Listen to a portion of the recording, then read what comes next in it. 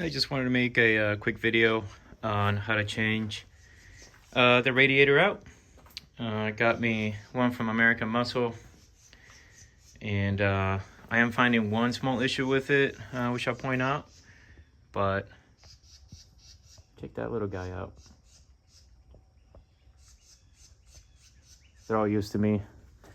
Pretty wild. So the old radiator, let me see if I can get a flashlight. Had a crack.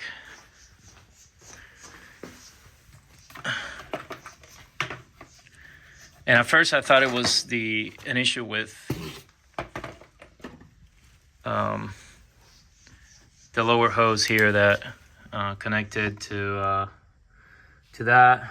But then I noticed that there was a little bit of residue coming in from higher up. So that's what kind of led me to believe there's a crack. And sure enough, there was right here. Hopefully I can zoom in on it. And completely leaked out. So I had the car parked overnight, and then by the time I checked the coolant level the following day, it was practically gone. So I'm just kind of glad that it lasted the entire track event without any issues. That would have been bad if the car had overheated. But so what I have here is a three-way radiator. I had to look this up. This is my first time doing, dealing with this, and I had no idea what a two-way or three-way was. I guess you can make a joke or two about that. But essentially, a three-way would have, I think, three areas where the coolant would pass through rather than just two. So it should add for more cooling.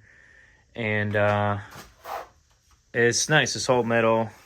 Aluminum all the way around. Hopefully it's all nicely welded and there aren't any leaks, versus the stock one, which of course you see that stock plastic casing all the way around. And it looks like this might be a little smaller, or I guess like in width, versus the new one.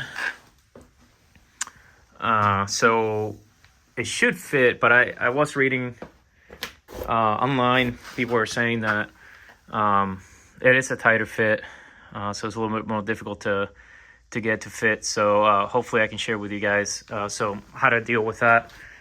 Another issue that I'm finding is the fans. So this one came with I gotta be careful, make sure I don't damage the mesh. This here is very, very soft, and you can easily bend them like that. So I've got to make sure I take care of that. Gotta be careful. But so it came with a shroud and these fans. Now the problem that I'm noticing is that these fans are made to basically connect to a switch. So notice like there's only a ground and then a hot, and there's no signal wire, versus on the old fan. Put this aside here. The old fan has a three connector, three prong wire. So be better if I show you here. So you got your ground, your hot, and your signal wire, and basically whenever the car gets out to a certain temp, depending on what tune you have running, it'll kick the fan on automatically. Whereas this, I can't do that. At first I thought I'd be able to splice the wires in, put a different connector, and just make it all work. But unless I'm hooking this up to a switch, it's just not gonna be possible. So the plan is to take the shroud and the fans off. I could probably use it for something in the future, and just hook up the original fan to the back of the radiator, and then hopefully that'll do the trick. So let's see how that goes.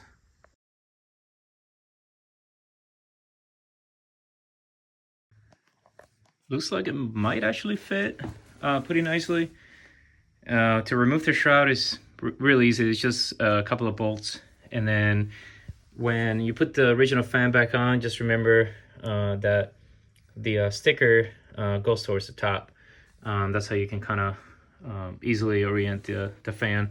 But it lines up real nice. Kind of sits right here on this bracket, and looks like this lines up real nice here. So I'm going to reuse the original bolt that comes with the other fan that goes in there, and that. And then if you look at how it lines up behind it, it does look pretty even. So I'm optimistic. So I'm gonna go ahead. So I'm getting ahead of myself here a little bit. So by the way, to remove the original setup, it literally took me only 15 minutes. I'm not even kidding. I was in my cargo shorts. I didn't even get dirty. So what I did was I removed the plastic cover over here where you typically have the sticker that shows you how the boat runs. So you can take that off, and then you'll be able to remove the bolts that hold the overflow tank. And then after that, you can remove the brackets that hold basically the radiator mount that goes up here. Once you do that, removing the lower radiator hose and draining the radiator, mine was already drained but because it was broken, but make sure you drain the radiator, and then you can remove the hoses, and then basically after that you can just pull it straight out. And I did it with the fan bolted onto the radiator, so don't feel like you gotta remove the fan first and to then remove the radiator. You can just remove the whole piece together. So that's the way that I'm gonna try and put it back in. I'm gonna go ahead and bolt that, secure it in place, and I'm gonna try and see if I can fit the radiator with the fan in there, and see if that's the right way to do it.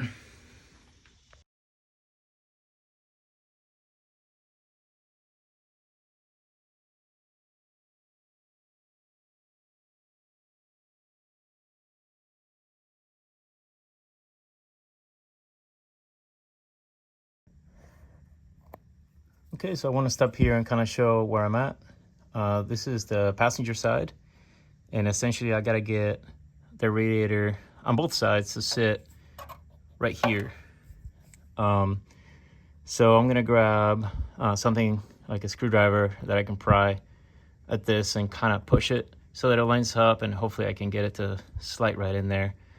As far as getting it to slide down through on top here with the fan on seems to be the way to go about it.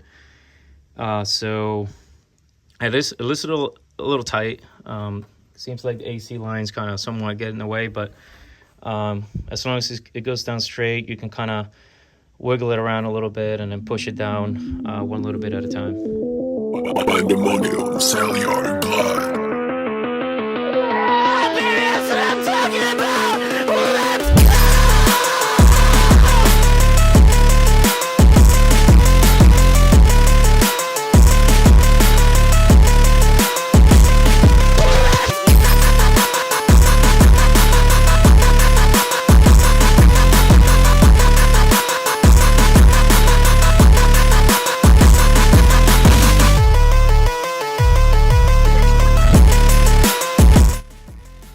Alright, so you'll definitely need, I can't speak right now, definitely need a friend to help you out a little bit. But I want to point out what exactly the radiator was getting stuck on. And it was actually right on top here. So this little plastic case right here, there's like a wire loom that runs, wires that run through this like wire loom or whatever. But basically it was getting stuck right on top. The lip of the radiator that's on the other side was catching on it. So I was able to get it unstuck with the pry bar and going around with the flathead and just kind of getting this thing dug out from underneath. And then after that, it just went straight in. Underneath, I did have to also use a screwdriver or a pry bar to line up the I guess the prongs. I don't know what the right word for them are, but I'll see if I can show you right here.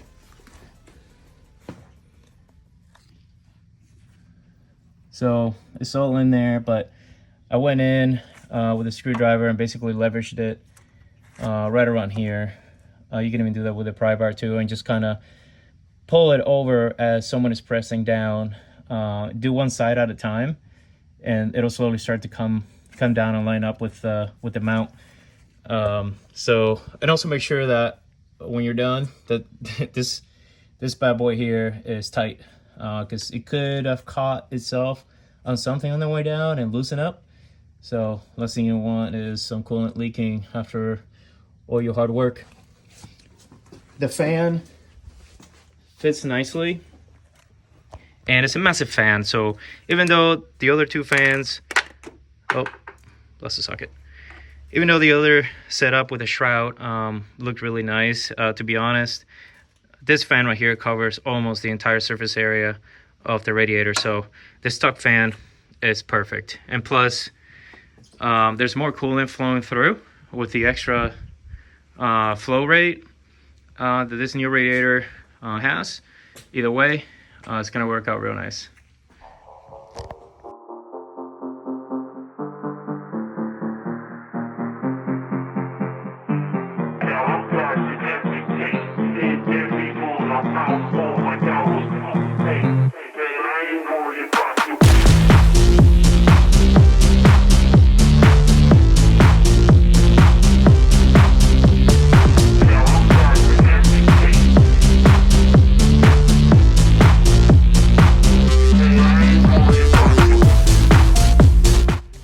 Well, I was being too optimistic.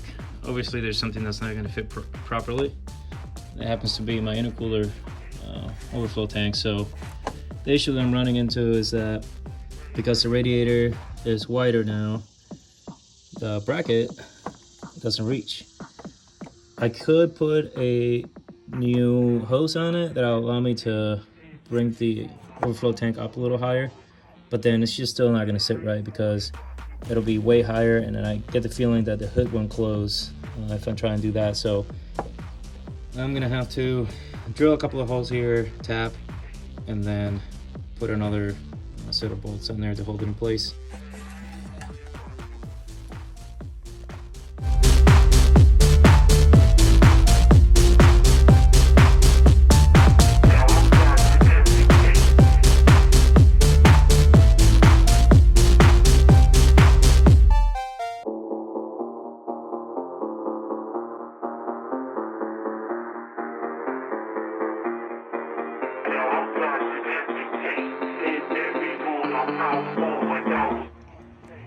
So that worked out real nice, and you won't see this once the plastic trim piece goes on top, so you're never ever going to see these bolts or anything like that. So it's all in place, nice and tight.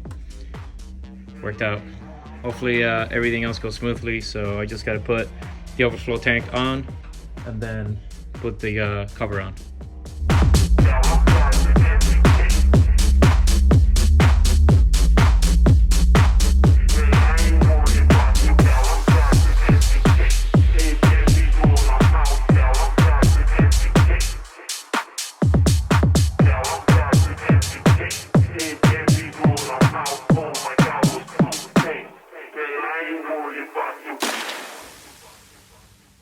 Alright, all I got left to do is start it up, get the car up to temperature, make sure that the coolant gets into every little part of the system, and check for leaks. It would help to have the battery connected.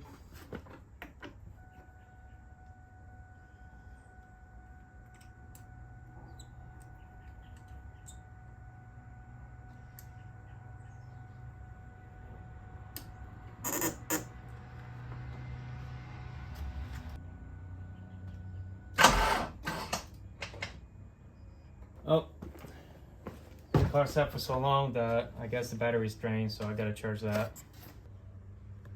Yeah, it was definitely low.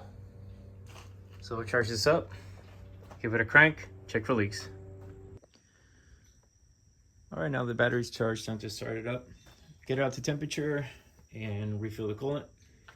There might be some smoke coming out of this side.